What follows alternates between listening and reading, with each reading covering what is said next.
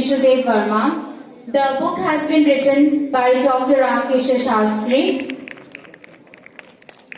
Tantre Mantre or Shatra Sadhan, a book released by His Excellency Shri Jishudev Verma. The book has been written by Dr. Ramkrishna Shastri, our chairman.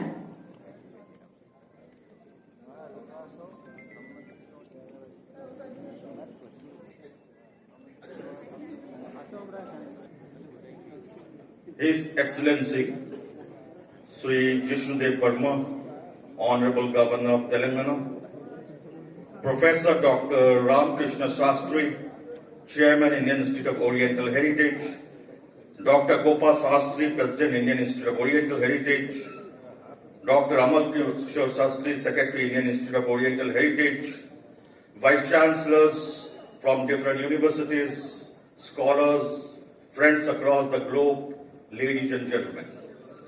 It gives me immense pleasure and it's my honor to welcome you all the 46th Annual International Conference on Oriental Heritage. Ladies and gentlemen, Oriental heritage has been the bedrock of human civilization, and amongst them, the Indian civilization stands the tallest. Be it science, technology, literature, language, art, this Indian civilization was the global leader. The richness and the propensity of this civilization was so great that scholars across the world used to say that it is the mother of all civilization. Our Honorable Prime Minister, in his vision that India would become a Vishwaguru again, and this institute, Indian Institute of Oriental Heritage, for the last 45 years has been working on the various aspects of the Oriental and in particular the Indian heritage. So I'm sure that this conference, the 46th, we will have for the next 3 days a lot of learning, a lot of sharing, and of course a lot of celebration. Celebration is part of the Indian culture because we try to celebrate for everything, and that's a great thing to happen. And in particular, when you are in the city of Calcutta, I'm sure that celebration is in the DNA of this city. So again, ladies and gentlemen, I welcome you again, and I'm sure you will have a good time for the next 3 days. Thank you so much.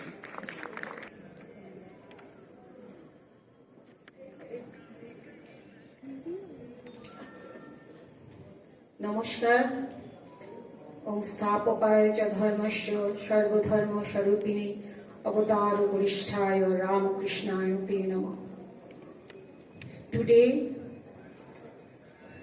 we are meet here for 46th Annual International Conference on Oriental Heritage organized by Indian Institute of Oriental Heritage.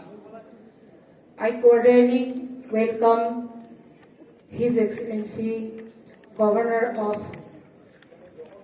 Governor of Telangana, Mr. Jishudev Verma, and sitting on the dais, our chairman, Dr. Ramkrishna Shastri, Secretary, Dr. Amal Krishna Shastri, Conference Committee Chairman, Dr. Shogato Mitro, and Vice President, Dr. Rabindranath Bhattacharya. And you all sitting in audience, many dignitaries, elites, intellectuals, vice chancellors of different universities coming from different states of India, valuable delegates coming from different states of India and outside of India like Nepal, Myanmar, Bangladesh, Sri Lanka, etc. And all our members, our professors of these institutions, students coming from outside and and of Kolkata joined in this conference, and all the ladies and gentlemen, our well-wishers who are sitting in dais and sitting in audience, I cordially welcome you all. আজকে এই 3 দিনের কনফারেন্সে এই 3টি দিন আমরা উৎসর্গ করেছি আমাদের আরাধ্য শ্রীমৎ শ্রী শ্রী। আজকের দিনটি ঠাকুর শ্রী শ্রী রামকৃষ্ণ পরমহংস দেবের নামে উৎসর্গকৃত করা হয়েছে। আমাদের এই কঠিন জীবনে সবসময় আমাদের ঈশ্বরের আনুকূল্যতা সবসময় প্রয়োজন।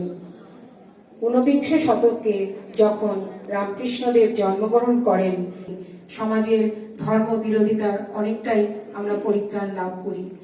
যখন সমাজে এরকম অবস্থা সৃষ্টি হয়, ভগবান নিজেই আবির্ভূত হয়ে সেই সমাজকে অনেকটাই উনি আবার ঠিক করে দিয়ে যান।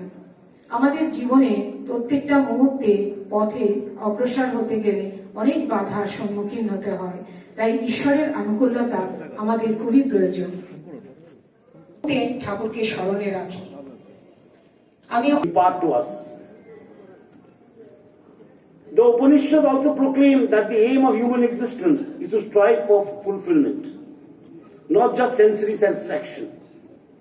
That fulfillment must come from Ananda, a word that has again no English synonym. Ananda.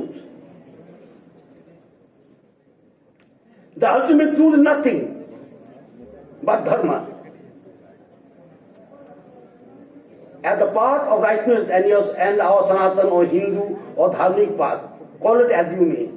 সেটাকে আমরা বলতে পারি সনাতন, হিন্দু, ধার্মিক পাথ, যেটাই বলি, but it is for a purpose. আর সেই পারপাসটা হলো to realize Satchita Ananda. The word itself is self-explanatory. Sat, Satya, Chit, consciousness, Ananda, bliss. So to put your thought, action on the truth, Sat. Chit is consciousness, put your consciousness into the truth. And the bliss you get out of that is Satchitananda. Sanatana Dharma does not have one scripture upon which it is built. Rather, it encompasses along a wide and diverse categorizations of scripture, such as the Vedas, Upanishads, Ramayana, Mahabharata. This pluralism of scripture allows for spiritual knowledge to be received as often it is needed in accordance with its inclination or with the state of life. Our dharma integrates the physical and mental existence with spirituality. That includes the notion of living, viewed through both the path of righteousness, ethical conduct, and social responsibilities. The four aims of life are brought together to form a balance. And the four aims, as everyone knows, is dharma, duty, artha, wealth, kama, the desire and fulfillment, and moksha, freedom from the cycle of birth and rebirth. The dharmic tradition, as we may call it, recognizes many possible paths to truth, allowing for different deities, philosophies, and rituals without conflict. Its diversity has permitted the development of a tolerant social milieu, whereby all have drawn from the concept of dharma. There is no strict adherence to refined doctrines.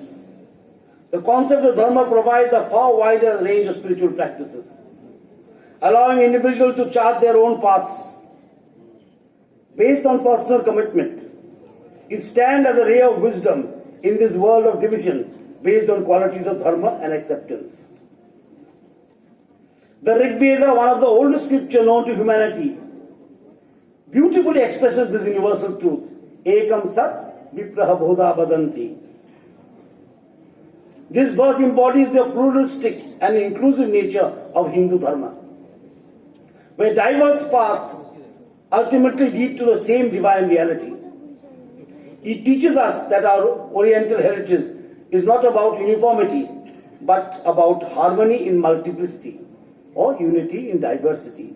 So unity in diversity is not something that came to us with this English saying, or something bestowed upon by the foreign powers, or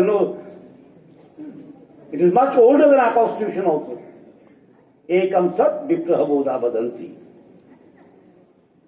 When discussing Oriental heritage, we cannot overlook the towering spiritual personality of Sri Ramakrishna Paramahansa. His life was a testimony to the core Hindu principle that all religions are different paths to the same truth. The spiritual experience was far more important than mere intellectual speculation. He once remarked regarding Ma Kali, "Tini je ke, Kali ke bujhte pare?" Which means, who can comprehend the infinite forms of Divine Mother? His teachings radiate the essence of inclusiveness, of Sanatan thought. God is the only eternal truth, all else is transient. Every faith leads to the same divine realization. And he once said, one should live in the world like a lotus in water, untouched by impurities.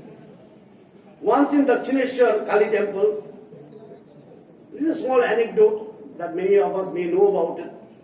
The idol of goddess Kali developed a small crack,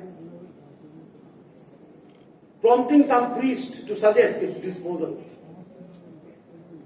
Traditionally and customarily speaking, when there is a crack in the idol is taken to a river and Visarjan is done, immersion is done.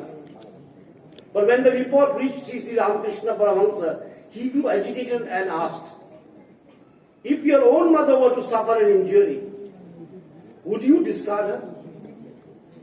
His words represent the highest devotion and unyielding realization of the Divine Mother as a living presence and not merely as an idol. Sri Ramakrishna was convinced that Ma Kali was not just an image in a temple, but the embodiment of supreme consciousness and compassion. His deep bhakti transformed the perception of idol worship, and worship should not simply matter as rituals, but should also recognize the divine within all beings. This episode remains an indelible example of unconditional love and spiritual wisdom, ushering all aspirants towards seeking the divine inwardly rather externally. Sri Ramakrishna Paramahansa's wisdom continues to inspire spiritual seekers, reminding us that true devotion transcends religious boundaries. Several eminent foreign thinkers and philosophers have been deeply influenced by Hinduism and its profound wisdom. The German philosopher Arthur Schopenhauer, captivated by the Upanishads, proclaimed, "In the whole world there is no study so beneficial as the Upanishads. It has been the solace of my life and will be that of my death." Similarly, the father of the atomic bomb, J. Robert Oppenheimer,